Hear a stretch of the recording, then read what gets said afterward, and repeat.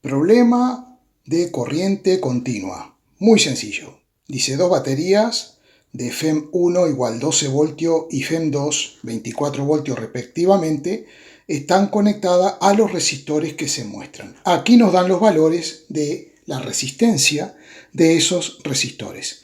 También nos sugieren unas corrientes I2, I3 e I1. Vamos a ver. I2 es la corriente a través de esta rama. Aquí tenemos dos nudos, el A y el B. Entonces vamos a tener una corriente por esta rama, otra por esta rama y otra por esta rama. Tenemos dos nudos y una, dos, tres ramas. Entonces vamos a dejar claro que, por ejemplo, la corriente que pasa por R1 es la que nos están sugiriendo, que es I2. Por R4 también pasaría I2. Vamos a ponerle nombre. I2 e I2. Bien, luego por el resistor R3 pasa la corriente I3. Y luego aquí tenemos I1 que nos la dibujan hacia arriba y por lo tanto vamos a tener que por R5 y por R2 la corriente I1 circulará en ese sentido que se ha elegido arbitrariamente. Nosotros, a partir de estas corrientes elegidas, tenemos que resolver el circuito con las ecuaciones de Kirchhoff, por ejemplo. Y luego, según el signo que nos den los cálculos, sabremos si estas corrientes fueron elegidas acertadamente o no. Por ejemplo, si I2 nos diera con un valor negativo, ese valor es correcto, solo que esta corriente que se ha dibujado a priori en este sentido no es el sentido real que tiene, sino que el signo de menos nos indicará que el sentido es contrario al que hemos elegido. Pero siempre empezamos de esta forma. Elegimos una corriente con un sentido arbitrario por cada rama y luego empezamos a resolver el circuito. Una vez que tenemos las corrientes elegidas arbitrariamente, vamos a poner unos signos a las resistencias. Vamos con R1. La corriente va de este extremo a este otro. Bien, por donde entra la corriente vamos a poner un más y por donde sale ponemos un menos. Seguimos con R2. Ahí tendremos el más y ahí el menos. Seguimos con R3, más, menos, con R4, más, menos y con R5, más, menos. Por donde entra la corriente, el más y por donde sale, el menos. Luego, las fuentes tienen su propio más menos que no lo podemos alterar, porque las fuentes, las baterías, las pilas tienen su propia polaridad. El más se representa siempre con la rayita más grande y la rayita más pequeña, paralela a la anterior, significa el menos. Bien, una vez que tenemos esto, vamos a ver cuáles son las preguntas que nos hacen. Usando la ley de las corrientes de Kirchhoff, plantee la ecuación de corriente en el nodo B. Es muy fácil, porque la ecuación de la corriente es que la suma de las corrientes en este nudo es igual a 0. O dicho de otra forma, la suma de las corrientes que llegan tiene que ser igual a la suma de las corrientes que salen del nudo. ¿Cuántas corrientes llegan al nudo B? Pues llega solamente una, I3, que tendrá que ser igual a la suma de I1 más I2. Y ahí tendríamos ya resuelta la parte A. Pero vamos a seguir un poquito. Usando la ley de los voltajes de Kirchhoff, planteé las ecuaciones para las mallas del circuito. La malla es todo circuito cerrado. Aquí tenemos una malla, aquí tenemos otra malla, y luego aquí tenemos otra malla. Normalmente, como en este caso que tenemos dos mallas, nosotros aplicamos la ley de los voltajes solamente a dos mallas, por ejemplo a esta y a esta. Y luego complementamos la ecuación que nos faltaría con la ecuación de las corrientes, que es la que tenemos deducido en la parte A. Bien, a partir de las ecuaciones anteriores, determinen los valores de las corrientes de la rama del circuito. A ver, los valores de las corrientes se refieren a las intensidades. Tenemos que averiguar I1, I2 e I3. Su valor y su sentido. Y luego en la parte de calcule la potencia disipada en la resistencia R3, aquí, Y por último, calcule la diferencia de potencial entre los puntos C y D. Y les voy a dar un método para resolver eso. Bien, ahora vamos a achicar esta figura porque ya sabemos lo que queremos y vamos a dejar espacio aquí para escribir nuestras ecuaciones.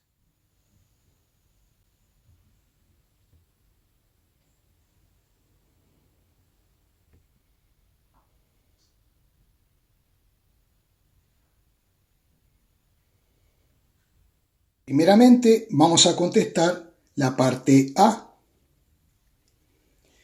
En el nudo B, como dijimos, se cumple que I3 que llega al nudo es igual a la suma de I1 más I2 que salen del nudo. Luego dice, usando la ley de los voltajes, plantear las ecuaciones. Para plantear las ecuaciones, nosotros podemos salir de cualquier punto y recorrer esta malla de esta forma. Cuando pasemos por la fuente, si vamos de menos a más, ponemos más, por ejemplo, más FEM2. Cuando pasamos por un resistor, si vamos de más a menos, ponemos menos la diferencia de potencial que hay en el resistor, que es, por la ley de Ohm, R1 por I2 sería en este caso. Por ejemplo, por esta resistencia, si tuviéramos que pasar, como vamos de menos a más, ponemos más R2 por I1. Es decir, vamos a recordar, ponerlo ahí arriba, que la diferencia de potencial por la ley de Ohm es R por I. Esta es la ley de Ohm. Bien, entonces vamos a recorrer esta malla y vamos a establecer una ecuación. Aquí la tenemos, es decir, salgo de este punto, voy de menos a más FEM2. Luego, de más a menos R1 por I2. Luego, de más a menos R3 por I3. Y luego me queda pasar por R4 y llego ya al punto del cual había partido.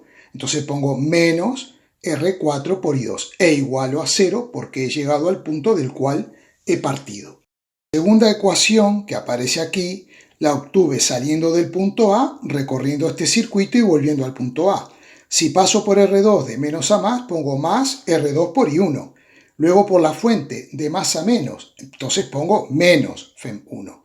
Luego más R5 por I1, porque voy de menos a más. Y luego más R3 por I3 e igual a 0 porque acabo de llegar al punto A.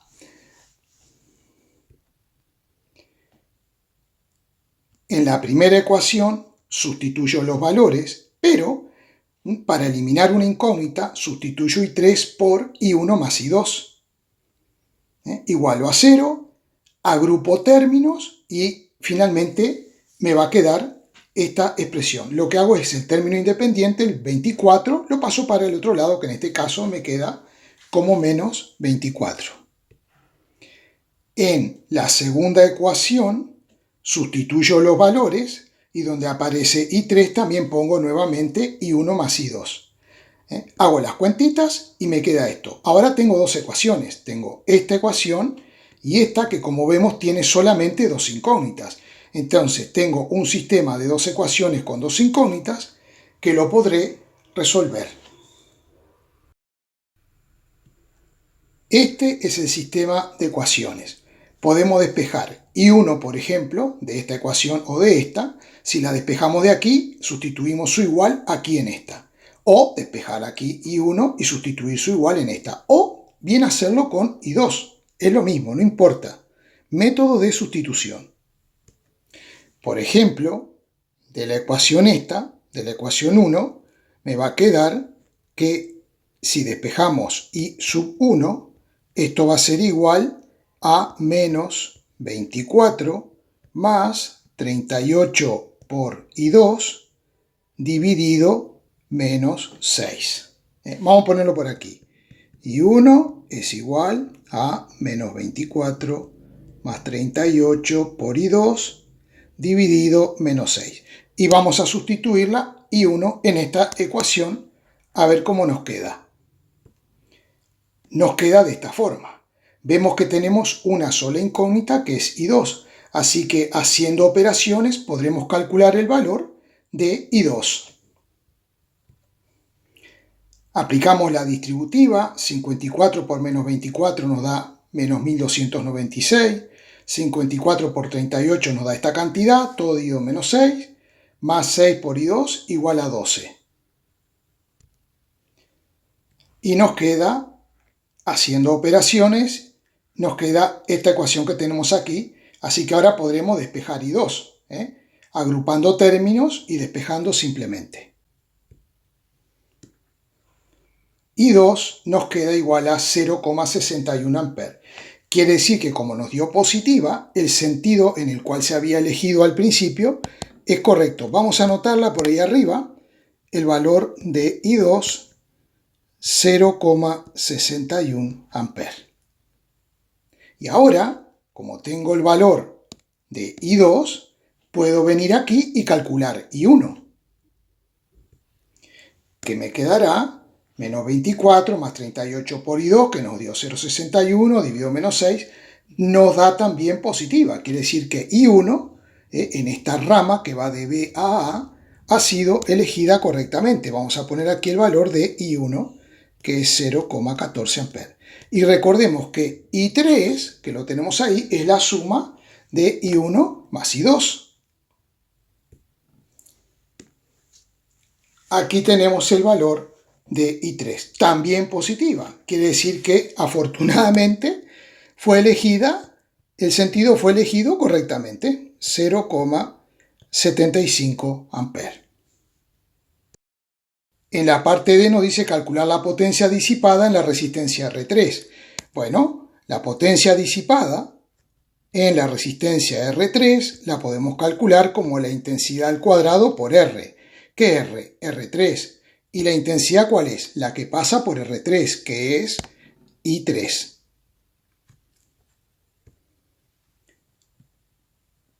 Nos estará dando 3,38 vatios. Y luego parte E, calcule la diferencia de potencial entre los puntos C y D. Entonces, para hallar la diferencia de potencial entre C y D, yo utilizo un método que yo le puse el nombre de método del potencial del punto. Consiste en decir que tenemos un potencial en este punto que le llamamos V sub C, y luego vamos a llegar al punto D por cualquier camino. Tenemos este camino, tenemos este otro o tenemos este otro camino. No importa, elegimos uno, cualquiera. Por ejemplo, si seguimos este camino, lo haremos de la siguiente forma. Pondremos el voltaje del punto C, el potencial, ¿no? V sub C. Luego de más a menos tengo menos R1 por I2.